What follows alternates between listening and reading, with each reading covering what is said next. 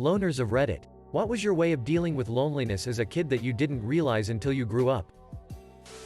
I used to play sports all by myself. I'd toss a football up and run to it and pretend I was playing against other people. I would make scenarios in my mind and kinda go with the motions with the story. Thank you for the silver and the upvotes. Pretty much just talking to myself. It's become such a habit that I still do it occasionally these days. Zoning out and staring at random things. I was always told to stop doing it as a child.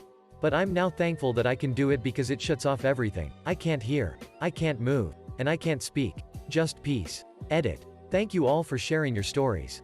I have had some traumatic events happen, which is probably why I'm able to do this to the degree that I can. Listening to music pretty much constantly. Obsessive reading. Like. So much it became a problem. I read in school during class instead of working.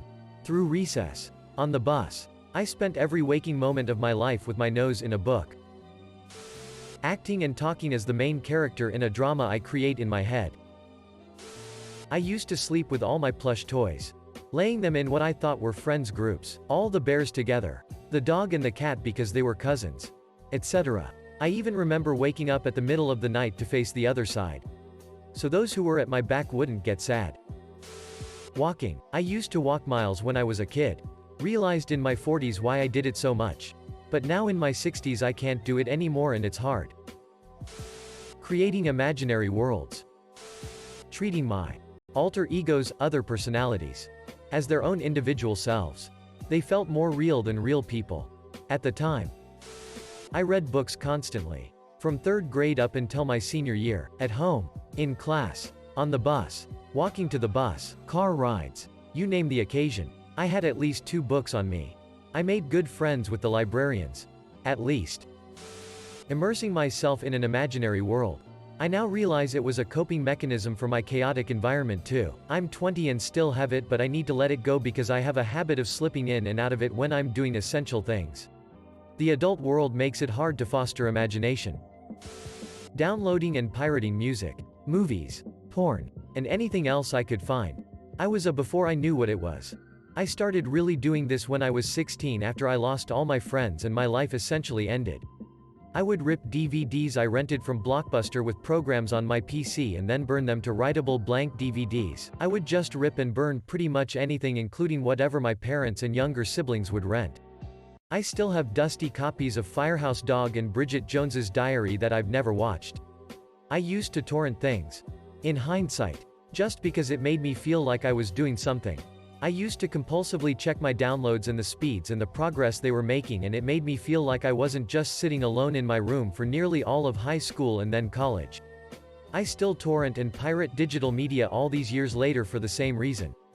Now I just load up external hard drives with terabytes of media. I don't even view or plan on viewing around half of what I torrent. I just hoard on those drives. I check my download speeds and progress every half hour at the most. I feel satisfaction whenever I see fast download speeds and whenever I download rare content or very high quality Blu-ray rips. Some of which I don't even watch. I have a considerable porn collection that probably isn't healthy. It took me over a decade to realize that I did all of this as a sad hobby to make being alone and empty more tolerable. Overdosing on music.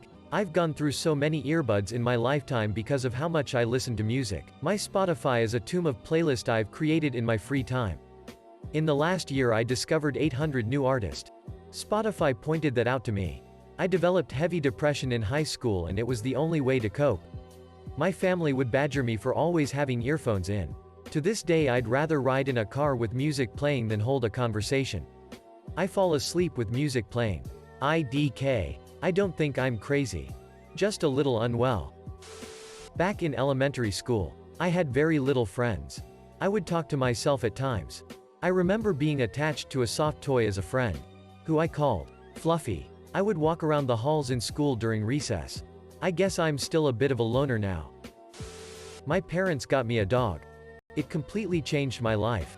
I went from excruciatingly lonely to having a best friend overnight. It also changed me as a person.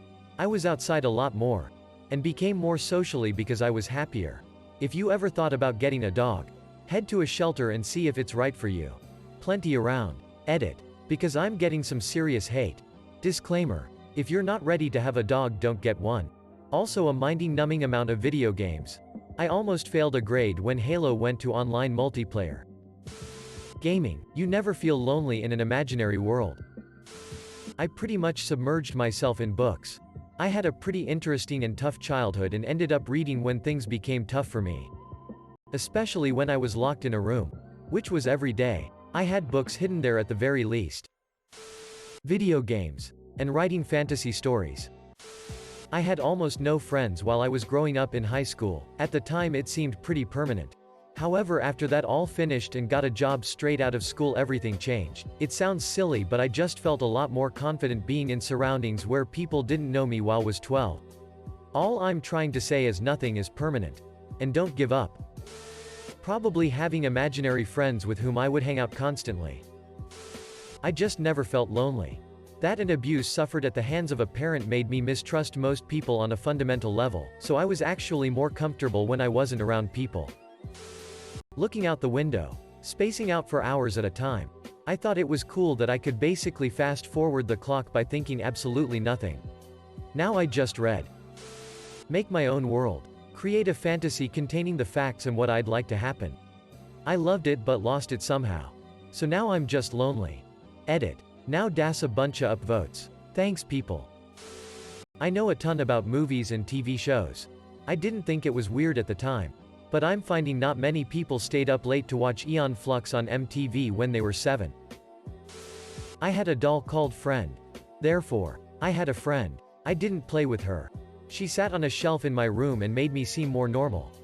The only lonely thing about being a loner was that other people thought it was weird that I preferred my own company. If other people would just let me be, I wouldn't have even noticed that I was supposed to feel lonely when I was by myself. Talking to myself and making up scenarios, but then I realized I could write those ideas out and turn them into stories. Now I write fictional stories as a side hobby. My writing itself needs some work though. I used to get angry at my friends for laughing at me for having imaginary pets, and then I realized my friends were imaginary too and that I was just sitting in my bed at 1 a.m. writing on Reddit. My family was lower class while I was growing up. While I had friends at school, I was very self-conscious about having anyone over outside of school. So I spent a lot of time at home alone. I was way into video games as a kid. I didn't realize this was my coping method until later in life. I used to think of the video game characters as my friends. In a weird way. I got sad when they died and felt proud of them when they did well. It was always hard when a game came to its natural conclusion and there were no more adventures to go on. Kinda fucked up. I just like to sit and overthink. And overanalyze every detail of my existence. I guess sometimes we never really outgrow certain personality traits. I used to immerse myself in fictional worlds and create my own persona for them. I was a kid of the early 2000s and grew up with Toonami anime shows. Spider-Man. And Bionicle. So my imagination often went there. Like, I'd imagine my own Bionicle character, which, of course, I would build with my actual Bionicle pieces. And imagine living in the Bionicle world as that character. Or I'd take a model kit of my favorite Gundam and pretend that I was piloting it. I remember even having dreams of being Spider-Man's sidekick who had the same powers as him. And imagining more stories of that scenario. Sometimes, I'd imagine myself as the Bionicle guy with Spider-Man's powers piloting a Gundam. Then when I moved from toys to video games, I'd immerse myself even more. I made my old RuneScape character look like an idealized version of me and then really get immersed in the world as I played.